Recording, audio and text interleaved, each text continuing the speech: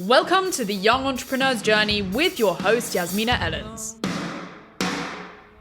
Welcome to the Young Entrepreneur's Journey, where we take the skills, mindset, and attitude needed to achieve any entrepreneurial endeavor, whether you're just starting out or you're already on your journey. And now, our host, Yasmina Ellins. Hello and welcome back to the Young Entrepreneur's Journey podcast with your host, Yasmina Ellins. And today I have the absolute pleasure of chatting with Jas Takhar, who is from Toronto and he's been in the sales and service industry for over 25 years. Then veering into the real estate sector, he co-founded the REC and has now successfully propelled his team to the first place position in Canada under Royal LePage. Now, to the non-Canadian audience, Royal LePage is a large real estate franchisor in Canada. Now, Jas's efforts and those of his team have led to a total of over $1.5 billion in transactions. And Jas's area of expertise is in helping investors build out their real estate portfolios. He is the author of the book Real Estate Intelligence, which teaches others how to buy or sell real estate on their own.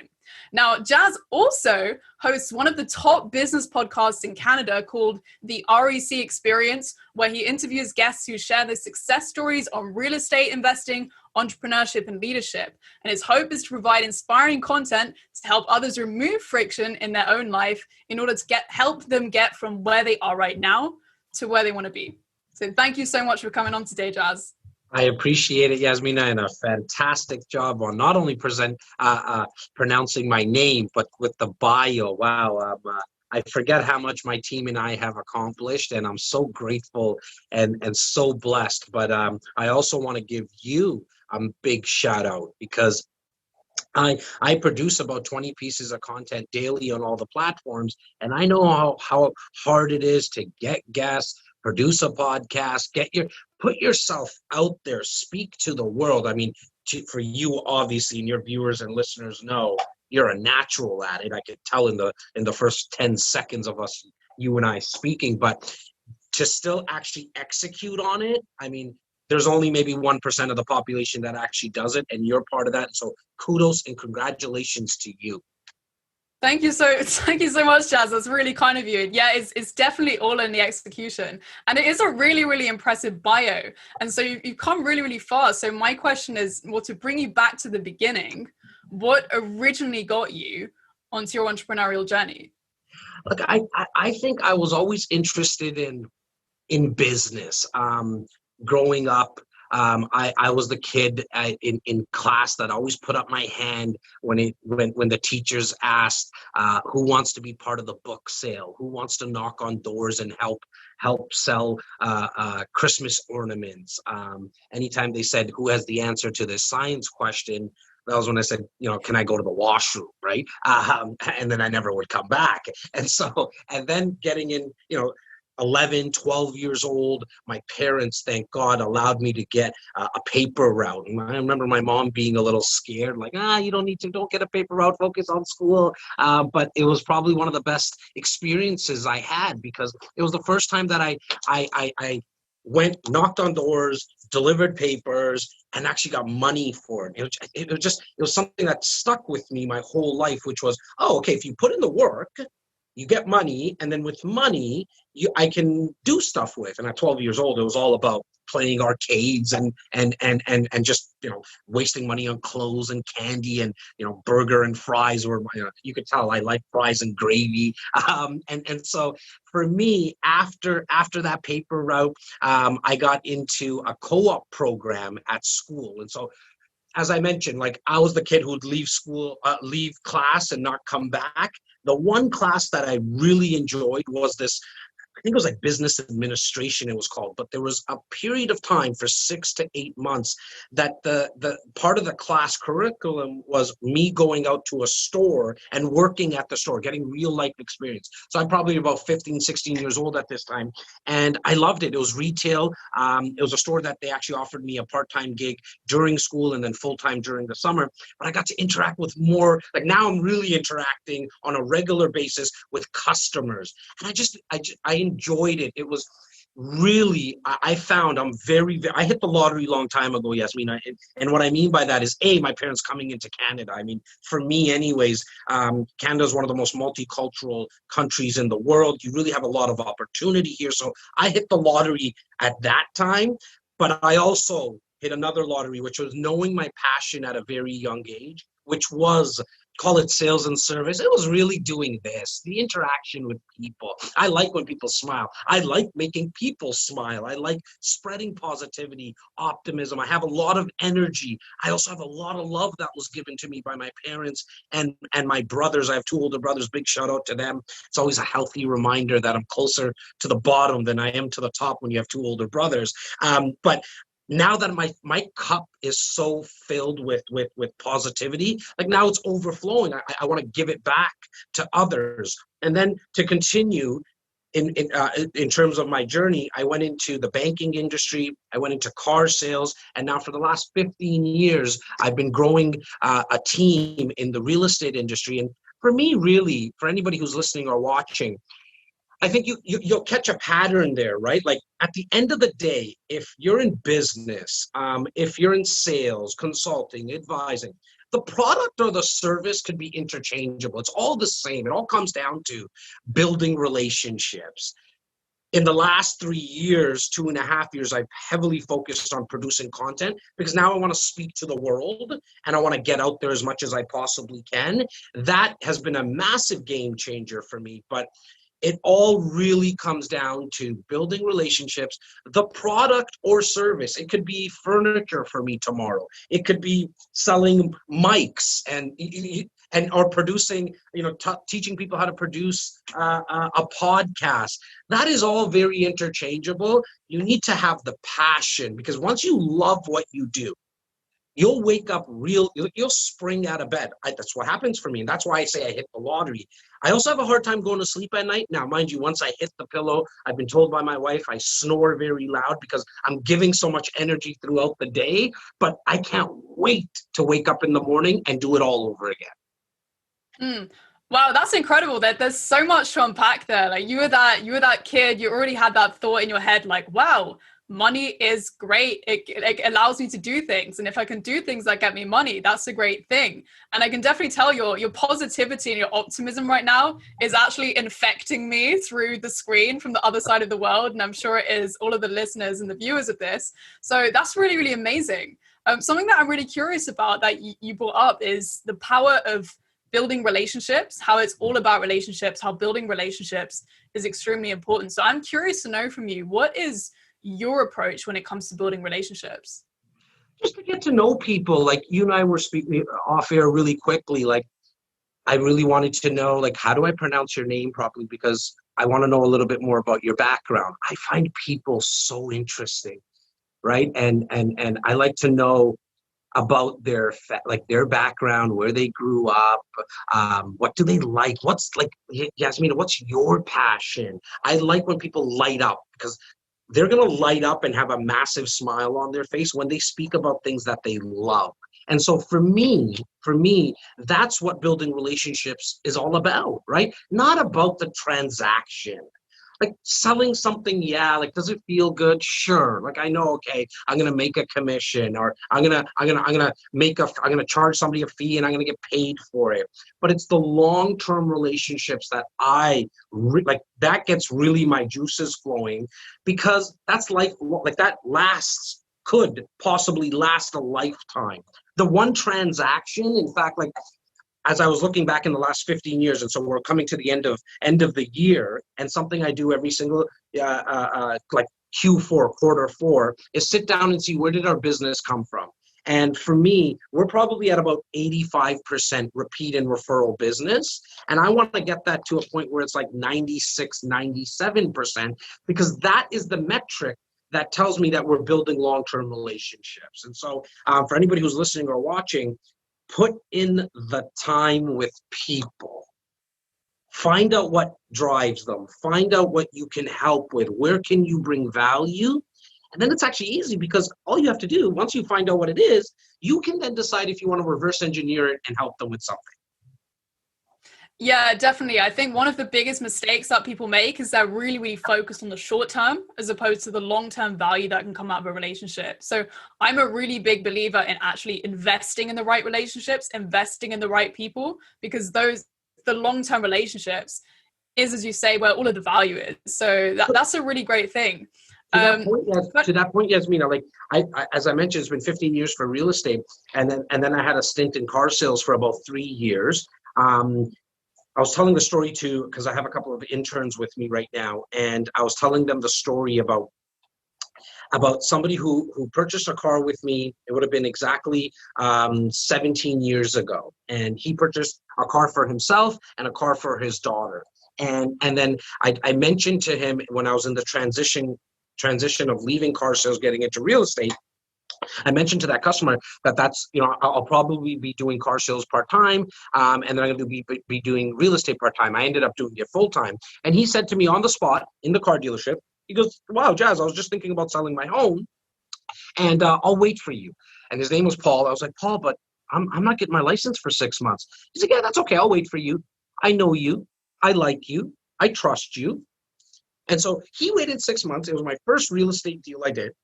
Fast forward to 13 years ago, so 2 years from now, his son-in-law got his real estate license because I stayed in touch with the father-in-law. His son-in-law got his real estate license, and now he's part of my team. He's one of my 34 realtors. It took 17 years to build that relationship, and it's still ongoing, right? And it's still paying dividends. And so, if somebody's watching and listening and thinking, "But it takes so much time," why are you so impatient? In fact, now business is coming, a lot more business is coming inbound because I'm dealing with 85% of the time, I'm dealing with people that know me, like me, and trust me, that where a meeting would be an hour long, it's 15 minutes, right? Like I have people who purchase and invest into pre-built condos here in Toronto because we have a lot of them building. They don't even ask to take a look at the unit. Not that they can touch, see it, and smell it, but it's more of, "Jas, whatever you think is right for us." Now, with that power, with that much power as an advisor, comes a lot of responsibility. And I'm not going to take credit for what I just said. That really is Spider-Man's uncle, Peter Parker's uncle, who said that too, that with this much power comes so much responsibility. But it's true, because now, I want to make sure I do sleep well at night, that I do go into snoring mode. And I can only do that if I knew I took care of my people. Yeah, definitely. And it's such an amazing thing how through the word of mouth marketing and through those long-term relationships, you've actually been able to grow your business and make great deals. And just it's so much more fulfilling, right? It's not supposed to be some manipulation. That's not how it works. It's just like this fulfilling. We're building win-win relationships. We're engaging in these great transactions. And as you mentioned yourself, you're in sales for a really long time. That kind of goes into creating real estate deals as well. So what I'm curious to know from you is, what makes someone good at sales? Look, for me, I'll speak for myself, because I probably suck at 97% of stuff, Yasmina, but the 3% I've kind of built my life around, and one of those things is sales, and in fact, I think there was some type of study done not too long ago that if you do something for 10,000 hours, that you've pretty much mastered it. And so I think I'm at, I had my team calculated, I think I'm at 27,000 hours or something in sales and service. And so for me, what's really worked out well is actually removing the friction in the sales process. And let me explain what I mean. Because, and you mentioned it earlier, yeah, you can be manipulative, and some of the sales coaches, and I'm not knocking anybody, could the way that they want to build their business model, and that's up to them. I don't really think about the competition much. But what they teach a lot, and from what I see, is you need to handle Yasmina. If Yasmina's the customer, you need to handle her objections. Well, she's not a hockey puck. She's a person. What if, and here's the script to use. If she says this, you say this. The problem is Yasmina doesn't have the script as the customer, right? And so what I like to focus on is giving all the information. Okay, giving all the information up front and then allowing the client, the customer, to make an informed decision themselves.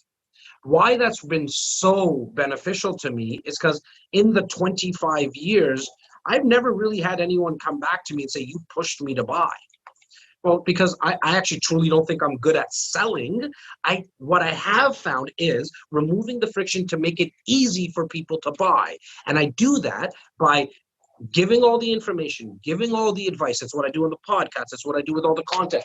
You mentioned the book. I mean, there's no cost for this. Okay. In this book, it's called Real Estate Intelligence. And the rest of the people in the industry, all the other real estate agents in the industry here, especially in my office and in my city, they're like, Jas, what are you doing? There's chapters in there that discuss how to sell their own home. You're teaching people how to sell their own home. You're teaching people how to buy. Well, yeah, because when they think of real estate, I want them to think about the good-looking Indian guy, right? Okay, good. You did laugh and smile. So we're on the same page about that. And so I want to make sure that I become the authority. I'm not there yet. I have a long way to go, but I'm on my way. It's my journey, right? But this is all part of my journey. And so I decided a long time ago, specifically in real estate, but I've been doing it like even in car sales, and because car salespeople have a very bad reputation. They're kind of at the bottom of the totem pole. Like, don't go talk to a used car salesman. And I get it, right? Because they have a very pushy mentality. Some do, not all. I'm not painting everybody with the same brush. So what I decided to do was like, I'm just going to make it easy. So Yasmina would walk into the showroom, the car showroom, and I would be like, Yasmina, I'm not here to ask you like if you need help or anything, but I'm going to be in the corner. You take a look at the car and wave at me, throw something at me, yell at me, call me when you're ready. And then I'll come. I'm not here to sell you on anything. In real estate, I decided to write a book on how to sell your own home, how to buy your own home, how to invest by yourself. I tell everybody all the benefits. I tell everybody the disadvantages, and so the pros and cons.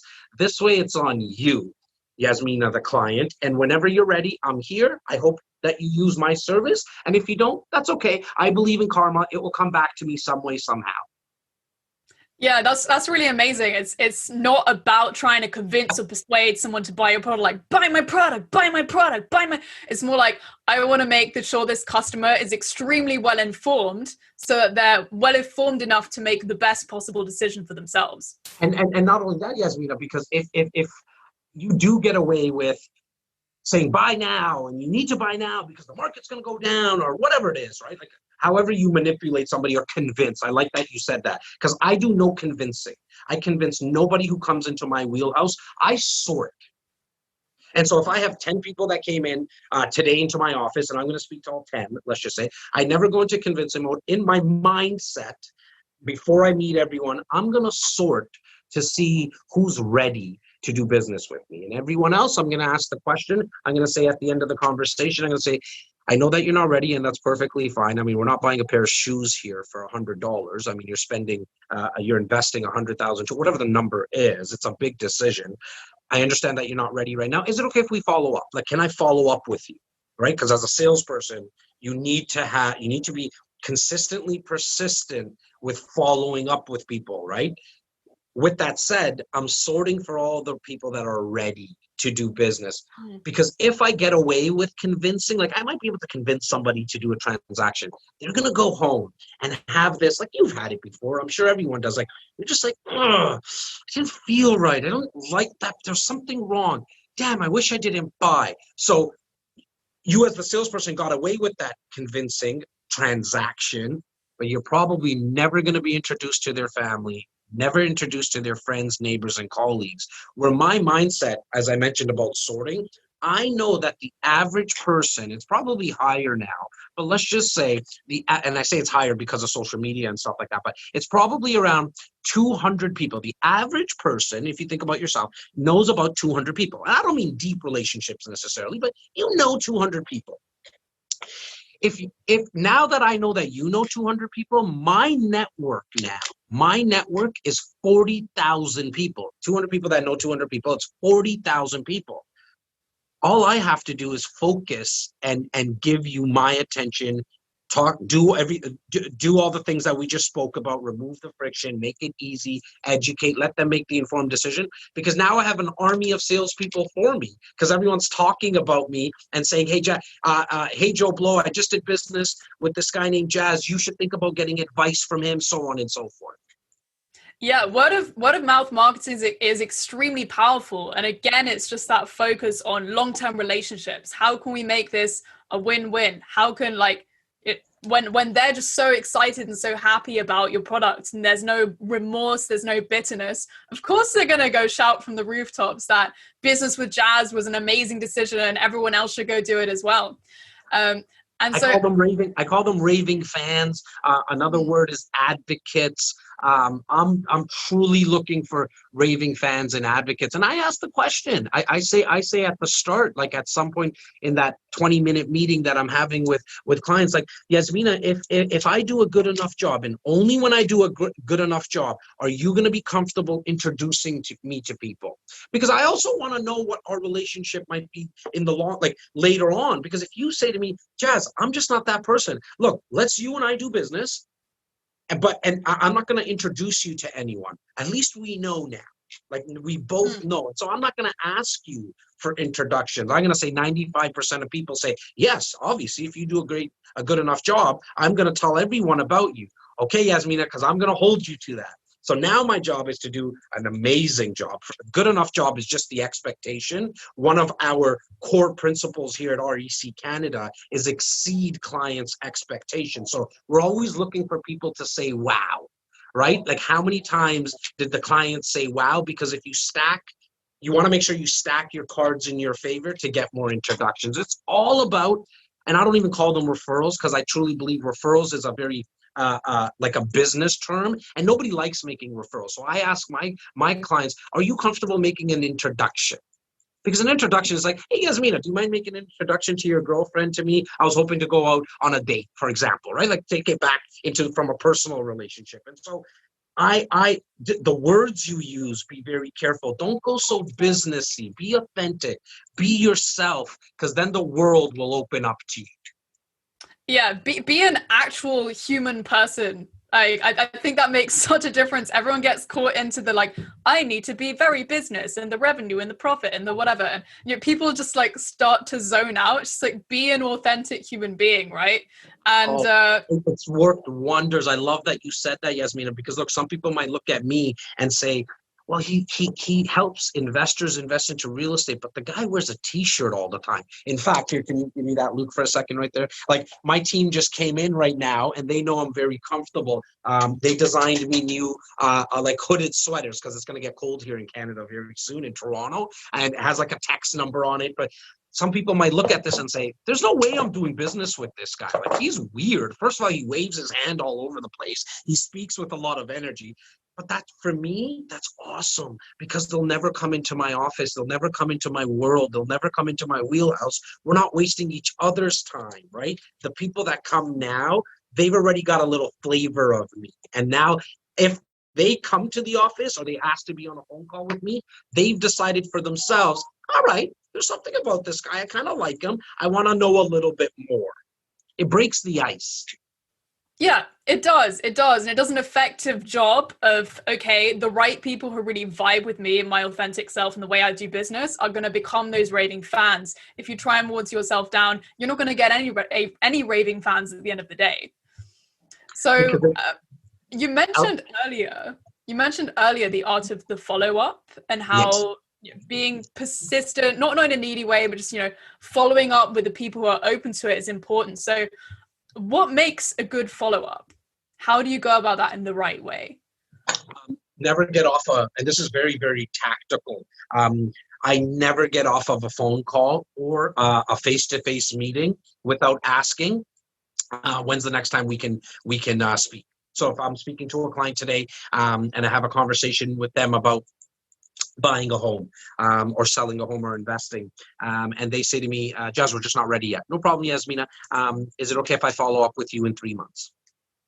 Because I'm setting a deadline. That goes right into my calendar. I have a team now, but I mean, for years and years and years, it was me. I was by myself. I was doing this all by myself. So if somebody who's watching or listening is like, oh, well, Jas, you have a team of people. Yeah. But for a very long time, I had nobody. I was all by myself. So there's no excuses. Okay. Once somebody said, yes, you can follow up with me in 3 months. Another, like, to go really tactical, I cut everything in half that a customer says in terms of timing, because why? Life changes. So if you say to me, follow up with me in 3 months, I'm going to call you in a month and a half. Hey, Yasmina, just wanted to make sure we're still on track for a month and a half from now. So then now I meet their 3 months, because experience, and this is why I always say, like, getting education or knowledge is not really power. The use of it is power. And you get that from experience, in my opinion, where what experience has taught me in sales is that I've called people when they said 3 months, and I probably have heard it 50, 70 times. Oh my God, Jas, we were looking for your contact info. We bought 2 weeks ago. So people's timings change, especially if you're married, for example, from a real estate perspective, the husband says to the wife, or one partner says it to another partner, I want to make this happen sooner. Like, we need to get to a certain school district now. I want to get out of this house. It's too small. It's too big. It's costing us too much. We need to downsize. And so what I've learned is just cut it in half. So if somebody says, you know what, just do me a favor, follow up with me in a year. No problem, Yasmina. I'm going to follow up a little bit earlier, a little earlier than a year, just to make sure you're on track. And so I'm going to call them in 6 months. I'm going to cut that time in half. Now, following up, like, I know so many people in the real estate business in Canada, as I mentioned, is so multicultural, that I think their language, like, the English might be their third language. Even me, I'm born and raised in here. Like, I'm still learning English, right? But that's another podcast, another discussion for another day. But those people that English is their third language, they do very well still. Okay, there's a lot of real estate agents that do very well. The reason is because they're so persistent with following up. And that doesn't mean you call somebody every day. Yasmin, do you want to buy a house today? You want to buy, like, are you ready yet? Are you ready yet? Not being, like you said, needy, looking needy, or just desperate, or like outright annoying. You know what I mean? That's just annoying. But setting a hard date, asking them to make sure that you can follow up, and then doing it. Like, if you just put it in your calendar and then you forget to follow up, and when they buy with somebody else, that's your fault. Like, in real estate, sometimes one of my team members will walk in and say, I just drove past this street, I sold the client a house, and now they have a for sale sign with somebody else's name on it. That's always the real estate agent's fault. Always. Why? Because you didn't follow up, or you manipulated them and convinced them earlier on, and that's why they're not giving you business. See how it comes all full circle? Yeah, everything is in your control. When you start to take responsibility for those things, you actually have the power to change it. If you're going to blame, like, oh no, it's their fault, it's like, no, like, I take the responsibility. Now, what is in my control? What are the actions that I can change to make sure that my name is going to be on that for sale sign and not someone else's? And I love, like, I'm getting goosebumps of what you just said, because what I say around here all the time with my team, and I might annoy some of them, because, like, especially my senior staff, because they've been with me for a while, but they also want to take accountability, and they want to take that loss. But for me, it's all my fault. I take all of it on my back because of what you just said, because now it's in my control, and now I can make changes. When you start blaming other people, you have no control over that anymore. There's no accountability there. And so what I decided to do a long time ago is understand that if Luke, my assistant, forgot to book an appointment or confirm an appointment, that's not his fault. That's my fault. And somebody said, well, what do you mean? That's his job. Yeah, but I'm the one who gave him the job. So if I don't like it, get rid of him. You know what I mean? So now it's in my control. I have it all back into my control now. Tyler doesn't like what he's doing, and not that this is the situation, but if Tyler doesn't like what he's doing and he's not making all his phone calls on a daily basis, that's not his fault. That's my fault, because I'm still deciding to keep him. Right? And so when you can take accountability, the game changes for you, because now you understand that it is in your control, and now you can make big, like, leaps and bounds. The results will change. Yeah, 100%. Really, really powerful stuff. It's such a small mind shift, but it makes such a huge difference to your life outcomes. And you know what, Yasmin, I find that it's always small things, right? Like water doesn't boil like at 99 degrees. You know what I'm saying? Like it's 1 degree. Yeah. It starts to boil, but with that 1 degree, you can feed a family.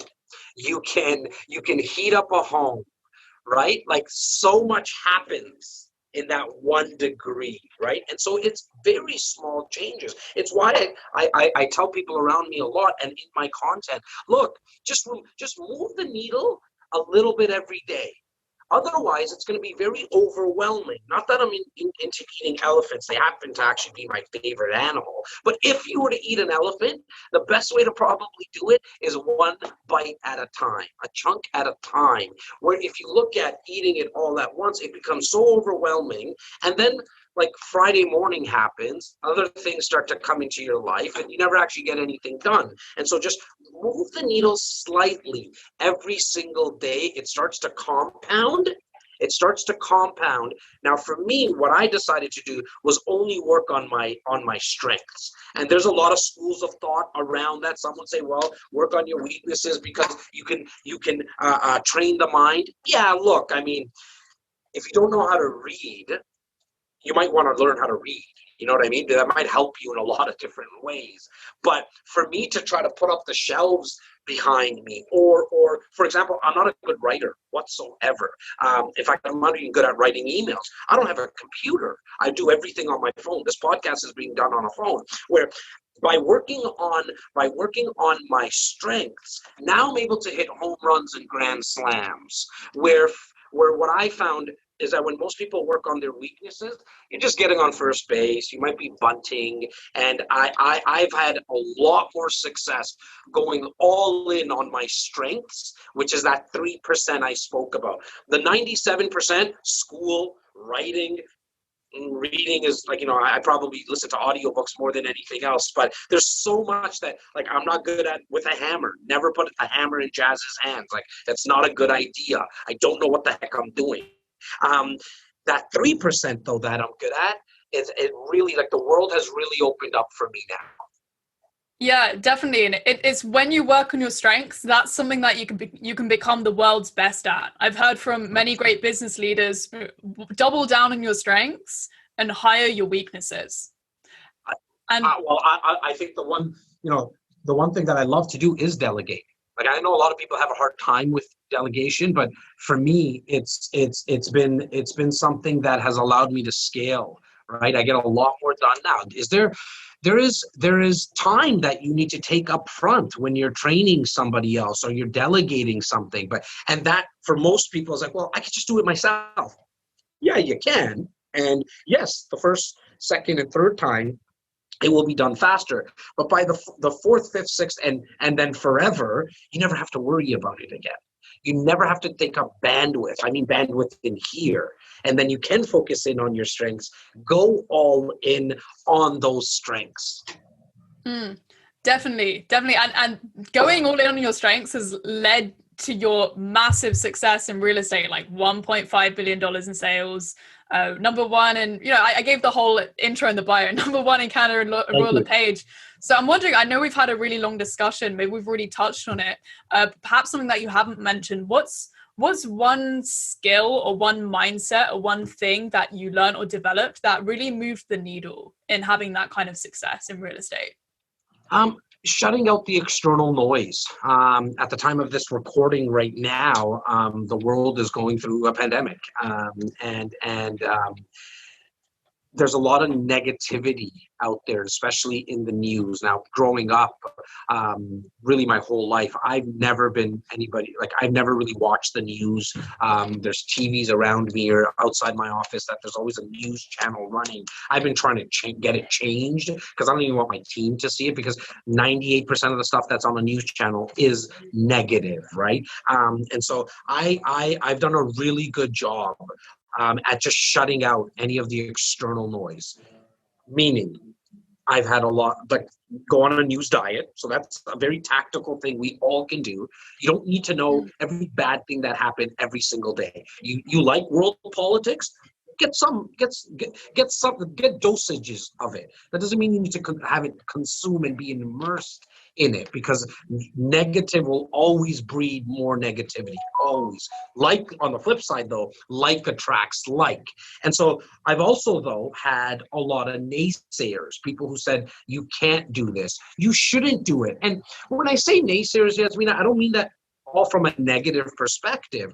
I mean that from people that also loved me and love me now, because, and I understand why, because they don't want things to change.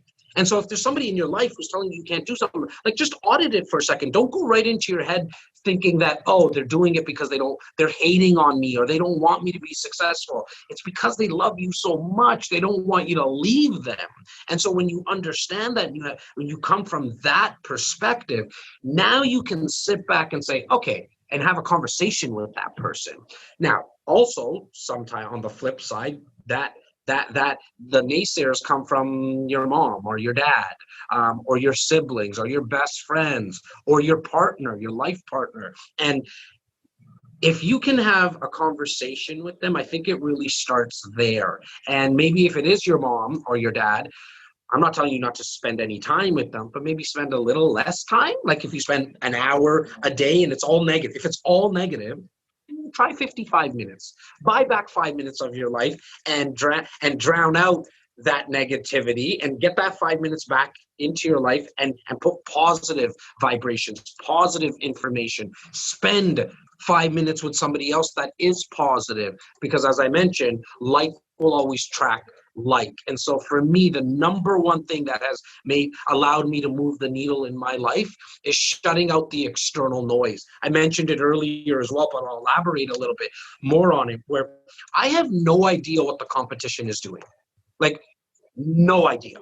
Like, so I'm under the umbrella of Royal LePage Signature. My team is 34 realtors and 10 support staff. There's another 1,100 and change realtors working out of the 2-3 offices. There's 55,000 real estate agents in a 70-kilometer radius.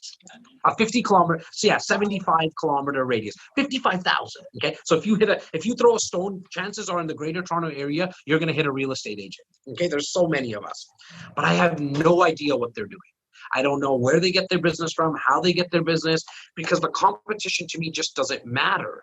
Not from an egotistical perspective. It's just that I'm focused in, and I got, like, you ever see the horse races and the horses have those blinders on? There's a reason, because if they look to the left, if they were able to see the horse to the left or the right of them, they would crash into them, or they would try to play with them or hurt them. So they have these blinders on so they can't see. They can only see the finish line. I kind of have that on in my life.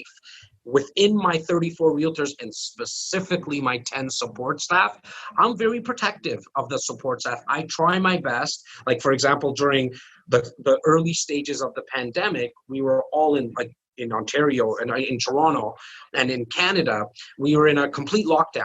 And so we all decided that we're going to work from home. So instead of doing like an hour meeting a day, I ran a Zoom conference or whatever it's called, from 8:30 a.m.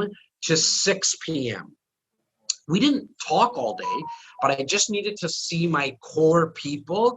I also knew, strategically, if we were together, like we always were in the physical form pre-COVID, that the chances of them getting negative news in them would be a lot lower.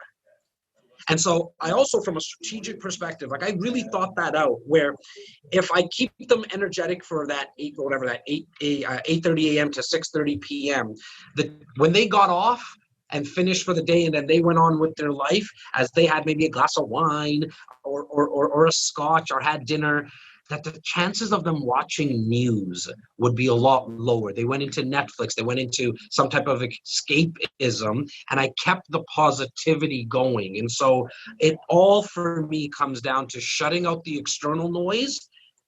And then I have a pretty good grasp on the web in here, not the www web, but the web in here, where not that little Jas who's always, that little Yasmina that's always talking to you every single second, and that person's talking to you right now. Not that person never gives me negative information or doesn't, I don't doubt myself, but I can turn it pretty quickly now. Like, I don't spend a lot of time with myself doubting myself or telling myself I can't do something, or if something didn't go the right way, living in it. I don't live in it it's not that I never do or it never happens. I don't want anybody who's watching or listening right now to think, oh, like, who does this guy think he is? He has some type of superpower and where no negative gets into his world. Yeah, it does. I just don't spend a lot of time in it. Yeah, that's extremely powerful, and making the same kind of changes in my life also had a huge impact on me, because input equals output. And when you're inputting negative stuff into your brain, negative stuff comes out. If you're inputting positive things into your brain,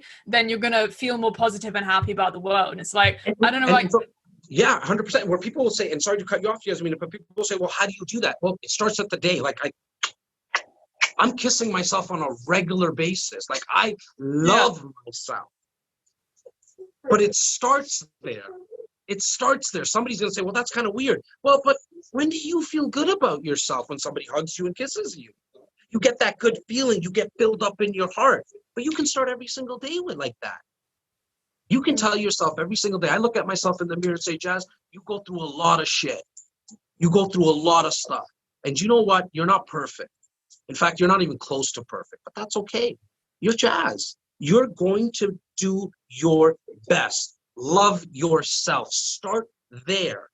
I don't know if it was on here or off here, Yasmina, and I'm having an amazing time with you. Your energy is just awesome. For the listener and the viewers, if you're not sharing her podcast, there's something wrong with you. You got to get this podcast out, this episode and all the others that Yasmina has done, because your energy is very infectious. You said it earlier. It's the kind of virus I do like. It's that positivity and optimism. And so if you want more love in your life, you want more positive vibrations in your life, you got to give them. So first thing in the morning, start there, because it's so easy. It's so easy. It might be weird at the start, but you can tell how comfortable I am. I'll go right back into it. Like, I really, truly, truly want to fill myself up first, because I got to fill up my cup. If my cup is not overflowing, it's very hard for me to give. I can't give you water if I don't have enough for myself, if I was dying. And so I want it to overflow, and now I can give. And you got to start with that every single day in the morning. It's and the easiest time. I hope everybody who's watching or listening, you do brush your teeth. And so that's probably generally the easiest time to start, because you're probably doing it in front of a mirror, or I'll be honest, I brush my teeth in the shower because I have a mirror there and that's where I shave. And that's the time I spend with myself, because I want to be prepared for the day. Yeah, first of all, thank you for the wonderful shout out, Jas. Really, really appreciate that. But second of all, it really comes down to almost being your own best friend. If you're not taking care of yourself, then how on earth are you going to be able to take care of other people? It's like when you're in an aeroplane, they say, always put your oxygen mask on first before you put on the oxygen mask of other people, because they know if you try and go with other people first, you're going to physically not be able to help them or yourself. So it's a really important point. I'm very selfish, actually, to be selfless. You need to be selfish first to be selfless. Otherwise, you're just not going to be able to do it. And the analogy of the pilot saying that over the speaker in an airplane is the best, because we've all heard it before. Yeah, definitely. Be selfish to be selfless can be the new mantra. I like that. Jas, I know that you create a lot of content. You've got a very successful podcast. You've had great people on there, like The Real Bradley, Gary Vee, Robert Kiyosaki, people like this. So, and you also have many other great content creation channels. You were saying earlier how much content you actually create. So I'm wondering, how do you go about creating really good content, and how can other people do the same? Well, look, I think the really good content is very, very subjective, right? I mean, what's good to you and what's good to me is different. And so the way that I've approached it is quantity. So I'm going to produce a lot. I'm just going to produce an annoying amount, some would say, where I've made it like this is not just a thought anymore, or like a nice to do. It is 50% of my day is surrounds around the production of content, my mind, like the bandwidth, as I spoke about earlier, in my head, I think about content. And so what I decided to do is produce a lot of it and then let the market decide. And so it's funny, right? Because sometimes, Yasmina, I'll put a piece of content out and just before, and I have people who help me actually with the production of it, but I post everything. There's nothing that goes out to the world other than like my like the actual audio version. Somebody puts that up and my YouTube videos. But anything that's written, that's all me. I speak. Okay. And just before I press submit, I'm like, this one's gonna be amazing. Like, people are gonna love this. I'm gonna get a lot of engagement.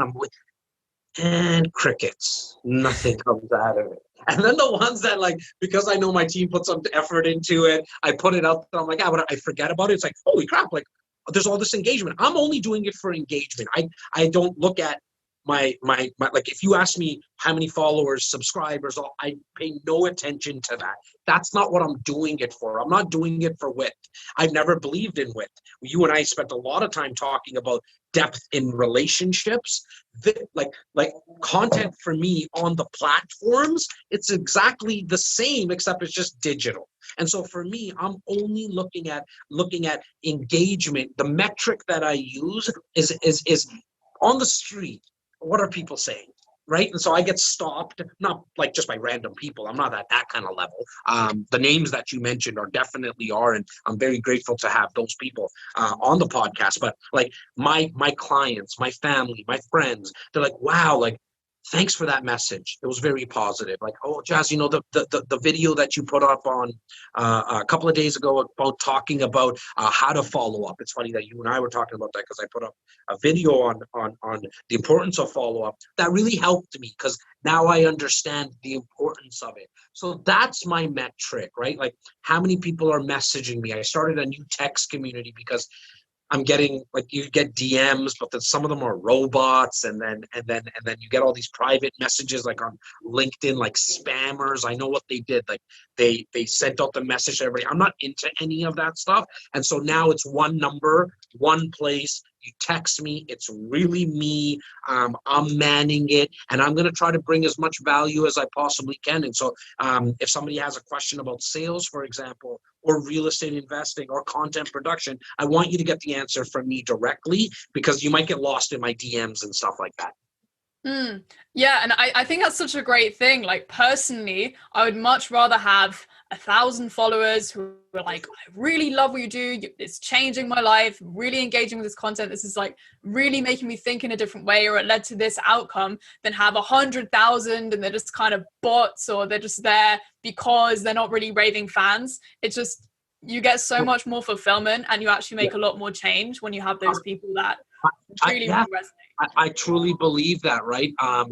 When you have like a true army of advocates who are cheering you on, right?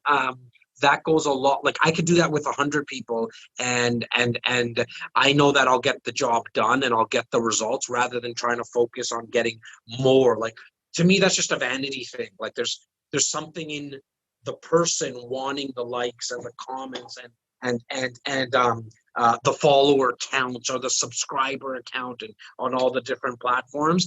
I care more about getting stopped by a real estate agent that's not even on my team in the elevator and saying, dude, like, I love the stuff that you're putting out there, man. It's changing the start of my day.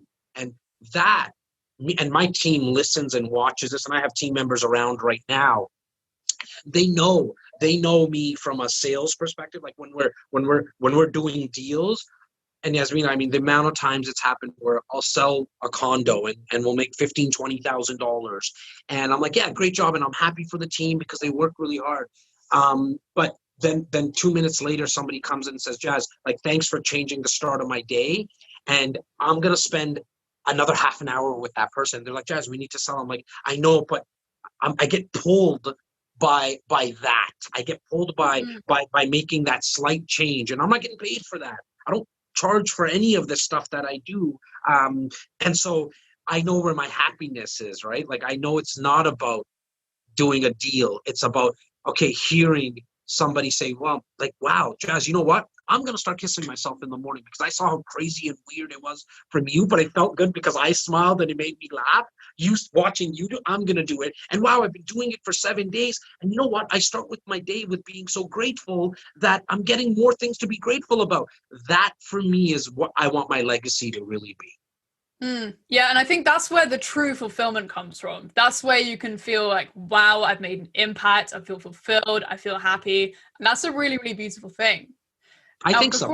Before I ask you my final question, I'm just curious, what are some non-business activities that you do that directly impact your business? Whether it's I have a 6-year-old, almost 7-year-old now in a couple of days, and a 4-year-old, 2 little boys. People don't really see them in terms of my content or anything because I don't really share any of that stuff, but because I'm going to let them make the choice. That is probably any of my time, free time. My parents, as well as my 2 older brothers, were very close. My nephew, nieces, and my sister-in-laws. If there's time where I'm not working, and working to me is like research and doing all that stuff, it's all given to them. It's not a lot. I'm not like, if you said, Jas, let's do a podcast episode on work-life balance, I'd be like, I'm not the guy you want to talk to. Like, I don't right now in the period of that I'm in a hockey game, or the inning I'm in baseball, the time in my life right now, I don't have a lot of balance. Like, it's not 50-50. I don't think it's even attainable for somebody who might be as ambitious as I am. And I truly, truly love my family. But for me, any time that free time that I have, it's spent with them. Yeah, that's a really great thing. And I think it's not like people perceive work is work and it's hard and difficult and awful. Like, no, it's like, what if you're really doing what you enjoy, you turn work into play, then it isn't really work. It's kind of like you were saying, it's what you're passionate about. It's your purpose. It pulls you out of bed in the morning. Yeah, it's funny you said like the work play analogy there, because I think what most people will, when they see me, they don't know if I'm working or playing. It doesn't, like, it's hard to tell the difference. And I get it. I didn't understand it at first, but I'm getting it, right? Because I'm doing a podcast with you now. Is this work or is this play? Right? I mean, Like, I'm having a blast. So yeah, I'm having a blast, so it's like really play for me, but I know that something's going to come out of it. Like, something will in 5-10 years. Someone's going to listen to this, and it might not be like, I want to buy real estate. I don't do this stuff for I want to buy real estate. It's like, you know what? I want to get to know him a little bit more. My final question for you, Jas, is what are the 3 key truths about the entrepreneurial journey that you would drop on a young entrepreneur today? I would say find what you love to do. Have patience and build long-term relationships. It's really powerful. Thank you so much, Jas. Do you have anything that you'd like to plug? No, I mean, look, I got everything I ever wanted in my life a long time ago. I'm truly here to serve right now. If you want to kind of join me on the journey, just go to my website. I got nothing to sell. I don't sell any programs. If you're looking for real estate advice, you'll find how to get a hold of me. But if you go to my website, it's probably the best spot to go. It's jastakhar.ca, JASTAKHAR.ca. Perfect. Well, I'll put all of that in the show notes. And with that said, thank you so much for coming on today, Jas. I had so much fun. I think you had fun as well. And I'm still reeling from the positive, infectious energy that you brought my way today. Thank you so much. It was a pleasure to meet you. I can't wait for our paths to cross once again, Yasmina. And as I mentioned earlier, if you're watching or listening to this, Yasmina is putting out a lot of content, and she's speaking to the world. And so if you liked this episode, go share all of her other episodes. Thank you so much, Jas.